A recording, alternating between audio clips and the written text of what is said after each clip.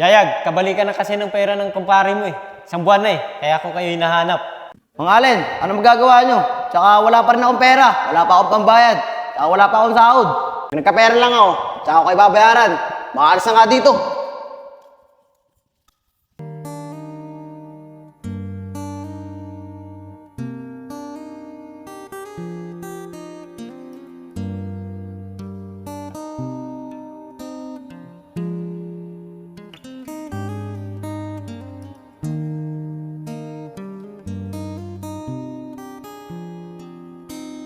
Pipong, kamusta yung apply mo kanina? Natanggap ka ba?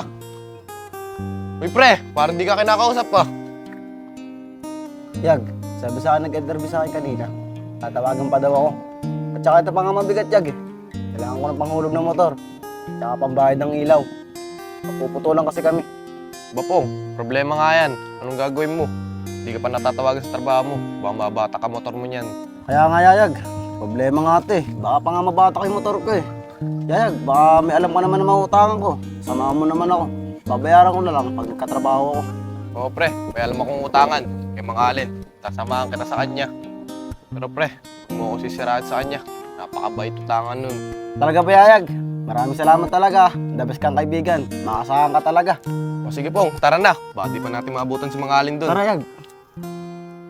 Pong, sinasabi ko sa'yo, huwag mo akong sisirain kay Mang Alin kasi isang hiram ko lang ng pera dun, pinapahiram agad ako. Yayag, huwag kang mag-ala doon. Pag tinawagan agad ako sa trabaho, siya agad ang una kong babayaran. Mang Alin, magandang araw po. O Iber, magandang araw naman. O bakit napasyal ka? Mang Alin, may sasabihin po sana kami ng barkada ko. Pwede po ba maituloy? Sige Iber, tuloy kayo. Salamat po. O Iber, bakit? Ano yung sasabihin niyo sa akin? Mang Alin, pwede po ba makairam ng pera tong barkada ko? Pare, sabihin mo na. Mga Alin, baka po pwede makairam ng pera kahit 1.5 lang. May babayaran lang sa bahay. Pagkasahod po, babayaran ko rin po agad. Iber, dahil ikaw yung nagagarantor sa kanya, dahil mabait ka rin magbayad, papautangin ko siya. Pero ikaw yung mananagot ha, pag di siya nagbayad sa akin. O Iber, abot mo sa kanya. Teka nga lang Iber, anong pangalan niyan? Ay, Mga Alin, ako nga po pala si Baroy. Pare. Mga Alin, maraming salamat po dito ha. Huwag po kayo mag-alala. Pag nagkapera ako, kayo po ang una kong babayaran. Sige, sige. Walang problema. Tropa mo naman si Iber. Ano po Mang Alin? Mauuna na po kami. Marami pong salamat. Sige, sige. Ingat. Ano na po? Ayos pre, nakairam tayo kay Mang Alin. Di naman malaki magtubo si Mang Alin. Maliit lang magtubo yan, pati mabait yan. Basta pre, bayaran mo yan ha, kasi ako mananagot sa'yo. Oo naman pre, huwag kang mag-alala. Sa pag nagkaroon ako, babayaran ko rin to agad. Ayos. Pre, makakaroon ba talaga ako ron? Oo naman pre, makakairam ka dun. Oo, Baroy, saan kayo galing? Pre, dito. Kay Mang Alin, sinamahan ako ni Paraiber. Ganun ba, pre? Pumunta rin kami ron at manghihiram din kami. Ganun Paano ba? pre? Mauna na kami. Sige, pre. Pare, kita kayo. Pong, ayos, nandito si Mang Alin. Nakaya mo sila paring iba ng pera. Mang Alin, magandang araw po. May sasabihin po ako sa inyo eh. Pwede po ba kami makapasok? Yayag, ikaw pala. Sige, pasok kayo. Saka ano yung sasabihin niyo sa akin? Mang Alin, pasensya na po kung bigla ng pagpunta ko ha. May problema po kasi itong kumpare ko eh.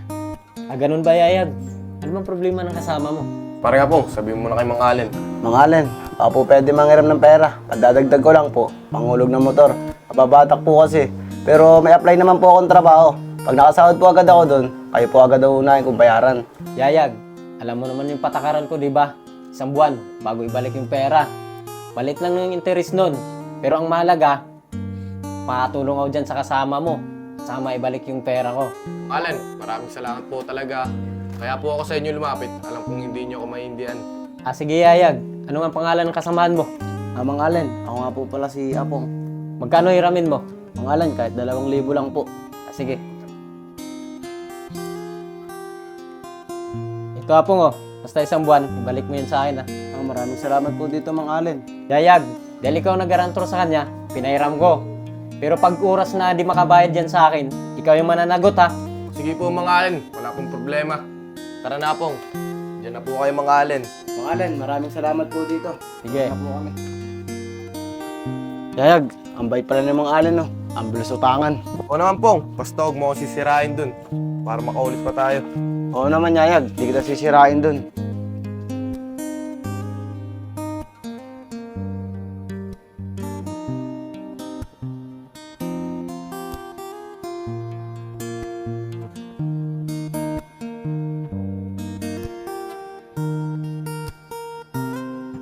Pare, mabuti na lang talaga at babayaran mo na si Mang Allen kasi kung di mo talaga babayaran, ako talaga mananagot eh. Oo, pre. Nakuha ko na kasi yung pera ko. Mang Allen! Mang Allen! Tao po! Mang Allen! Mang Allen, magbabayad na po ng utang tong tropa ko. Ah, sige, pasok muna kayo rito. Mang Allen, ito nga po pala. Babayad na po ako ng utang ko. Maraming salamat po ah. Sana po makaulit pa ako sa inyo. Kaya nga po Mang Allen, maraming salamat po. Ganun ba mga bata? Walang anuman. Ang mahalaga, nakatulong ako sa inyo. Teka lang, Iber. Napansin niyo ba si Yayag? Mang Allen, pasensya po pero hindi po namin sila nakikita. Kaya nga po Mang Allen. Paano po? Una na po kami para Iber. Pupuntahan pa po kasi kami. Salamat po. Maraming salamat, Mang Allen.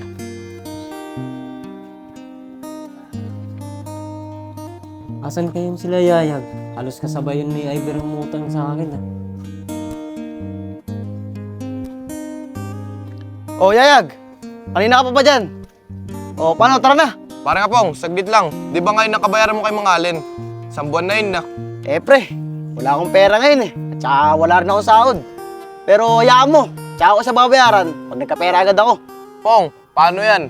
Ako nakamukha na ito kay mga Allen. Pag di ka nakapagbayad ngayon, ako mapapaya sa kanya. Yayag, ang kulit mo naman eh. Sinabi ko naman sa'yo wala akong pera ngayon eh. Uy, Yayag, nandito lang pala kayo eh. Kanina ko pa kayo hinahanap eh. Mga Allen, pasensya na po kayo. Nag-uusap po kasi kami ng kumpare ko. Yayag, kabalikan na kasi ng pera ng kumpare mo eh. Isang buwan na eh. Kaya ako kayo hinahanap. Mga Allen, ano magagawa nyo? Tsaka wala pa rin akong pera. Wala pa akong pambayad. Tsaka wala pa akong sahod. Huwag ka nang magalit sa akin. Pinaalala ko yung utang mo. Isang buwan na kasi. Kaya nga pare nga po, huwag ka magalit kay mga Allen. Mga Allen, pag nagkapera lang ako, tsaka ako kayo babayaran. Makaalis na nga dito.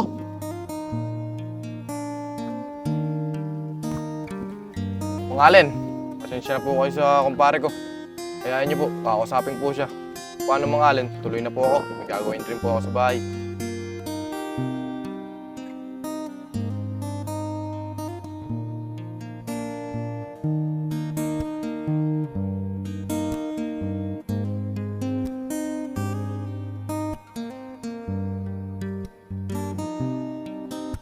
Pre, wala ka kanina. Basketball kami kanina. Wala, Laro pre. kami. Ang dami kong ginawa sa amin. Nagsaing pa nga ako bago ako makaalis dun.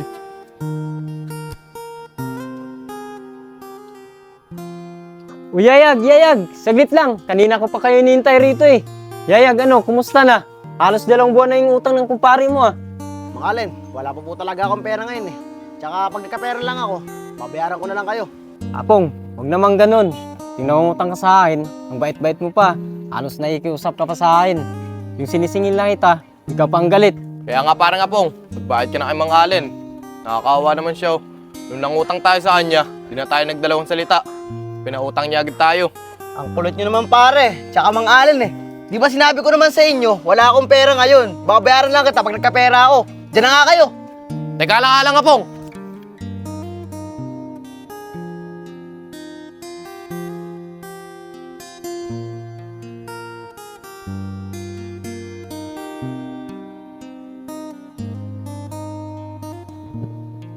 Uy, Yayag, nandito ka lang pala.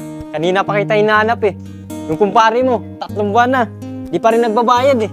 Mang Allen, pinuntang ko po sa kanila. Nakakausap ko po yung kapatid. Ang sabi po sa akin, umalis na daw po siya pong.